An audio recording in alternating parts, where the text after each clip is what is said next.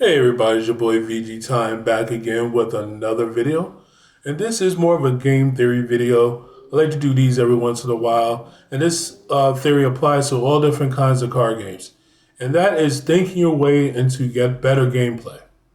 When I first see people play card games, especially if they're new to card games or something along that line, one of the things that I call it is they're just playing cards, right?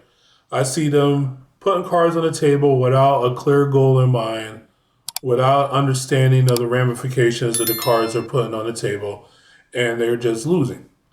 And if you're really trying to get better, you will ask the question of either your opponent or someone who's more experienced in the game than you, what did I do wrong? What could I have done better? The first thing your opponent should tell you is learn to sequence your cards better.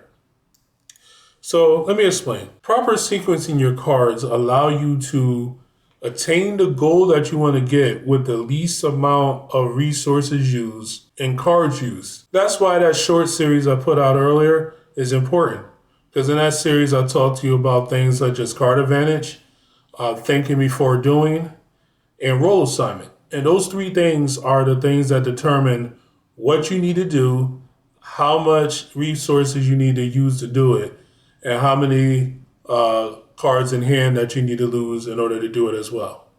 So as long as you sequence your cards in order to get the result that you want properly with the least amount of, again, resources used and cards in hand used, you will end up winning a whole lot of games. It is probably the most important thing to do, is to learn how to sequence your cards properly to get the results you want. Now, the next thing you need to do as far as the way you think is you need to learn to play around your opponent's cards. This right here is what high level players do. A lot of tournament winners simply do this. They go, hey, there is a ABC way of playing the game, right? You've seen this with certain decks in Dragon Ball, like Red Sin and so forth, where you knew what turn one, turn two, turn three of the deck is. So if you were just a regular player, you would play the game the turn one, turn two, turn three way. And you could win a bunch of games like that. That's why people hated the deck. But if you were a good player, you would not just do that sequence. You would go, okay, this is the ideal sequence, but my opponent is representing that they have certain cards. Cards that could either remove my threats or that could stop my turn at inopportune times. So I need to do things a little differently to either sniff out that card or minimize the damage that those cards could do. What that requires you to do is have a good knowledge of the card pool and a good knowledge of your deck to know what it is that actually stops you. Once you figure these things out, you could then, again, either make the card null and void or minimize its damage to you, running sort of like a risk rewards analysis. And then you could determine, let's wait a turn, or they better have the card. If they don't have the card, they're dead out. Now, the third level of thinking is one that, truly magnificent players get on, right? Sometimes to a great risk. And what it is that you are playing your cards to make your opponent think that you have cards that you don't have. Sounds wild when I say that, but you got to think about it like this. So, a base level decent player plays their cards in the proper order. A good player to, a great player, they're playing around what they believe their opponent has.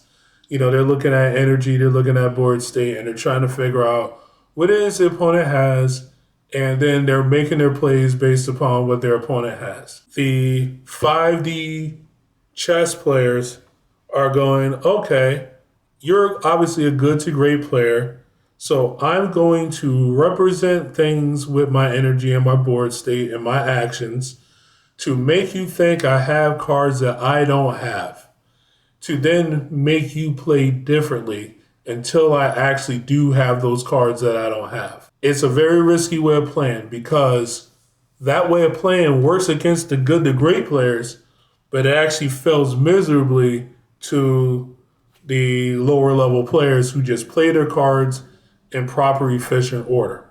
This came up a lot of times in the game Magic the Gathering, where I would see players who were, supposedly these great godly players doing stuff to try to bluff what they have going on, and their opponent wasn't good enough to know that that's what they were doing. So they would just play cards and swing and so forth, and they'll go, "Oh, I don't understand why you swung." They will lose the game, but they'll still be like, "I don't understand why you swung or why you did this. I had Settle the Wreckage mana up, or I had Mana Leak mana up, or something like that." And the opponent was like, "What cards are those?" I just swung with my cards. And they would just lose the game. You could get too far ahead of yourself and just not be able to identify what's going on and lose to basic strategy. So that's why you don't want to get lost in the weeds of tier 3 thinking. You realistically want to be on tier 1, tier 2 at the most, and those will win you the most games. So hopefully you enjoyed that video. I'll catch you guys again next time, and this is VG Time signing out.